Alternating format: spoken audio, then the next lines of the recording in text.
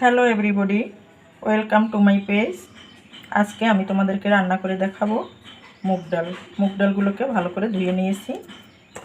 আর এটা মানে ভাজা মুগ ডাল না, কাঁচা মুগ ডাল একটু তেলের মধ্যে ভেজে নেব। একদম সংক্ষেপে রান্না করে দেখাবো। এজন্য কড়াই দিয়ে দিয়েছি তেল, দিয়ে দিলাম গোটা জিরে ফোড়ন, এলাচ, দারচিনি, শুকনো লঙ্কা ফোড়ন, আর দিয়ে দিলাম তেজপাতা।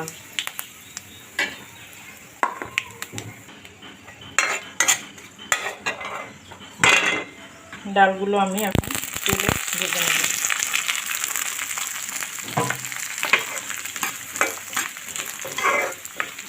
তেলে ভাজলে খেতেও স্বাদ হয়। শুকনো খোলায় ভাজিনি, আমি সংক্ষেপে রান্না করব, এই জন্য।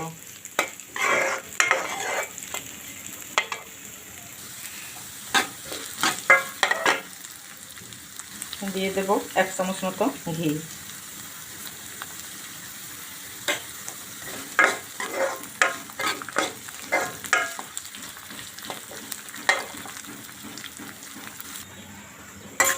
ঘি তোমরা চাইলে দিতেও পারো, নাও দিতে পারো। আমার কাছে ঘি ছিল, এজন্য একটু ঘি দিয়ে দিয়েছি। ঘিটা দিলে স্বাদ ভালো হয়, ফ্লেভারটাও ভালো আসে। এখন দিয়ে দেব স্বাদ মতো লবণ,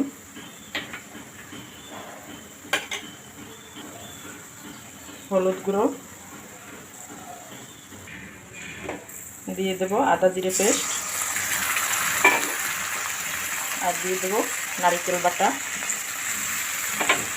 নারকেল বাটাও তোমরা চাইলে দিতেও পারো, নাও দিতে পারো, কোনো সমস্যা নাই। দিতেই হবে এমন কোনো কথা নেই।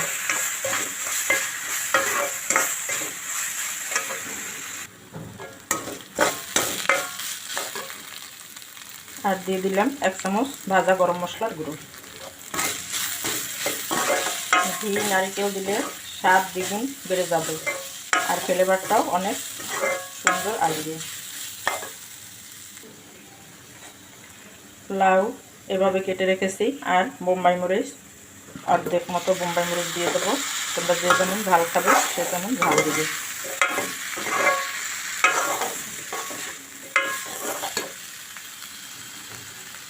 এখন দিয়ে দেব পরিমাণ মতো জল।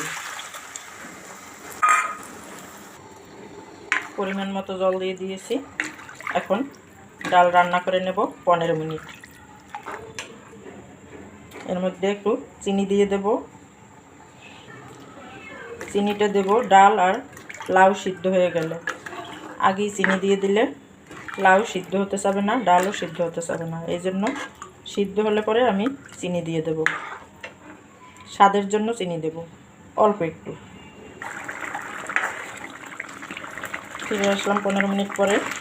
দেখো ডালগুলো সিদ্ধ হয়ে গেছে। লাউ ডাল একদম সিদ্ধ হয়ে কেমন একটা সুন্দর ঘন হয়ে গেছে। আমি এই ডালটা ডাল ঘুটনি দিয়ে ঘুটিনি এবং সোমবার দেওয়ার ঝামেলা করে নিই, ডাল আলাদা শুকনো খোলায় ভাজার ঝামেলা করে নিই। আমি চাকরিজীবী বা ব্যস্ত মায়েদের জন্য বলবো, মা বোনদের জন্য বলবো যে এভাবে ডাল রান্না করে তোমরা খেয়ে দেখবে। খেতে অসাধারণ হয়, সময়ও কম লাগে, আর গ্যাস খরচাও কম লাগবে। দিয়ে দেবো স্বাদের জন্য একটুখানি চিনি।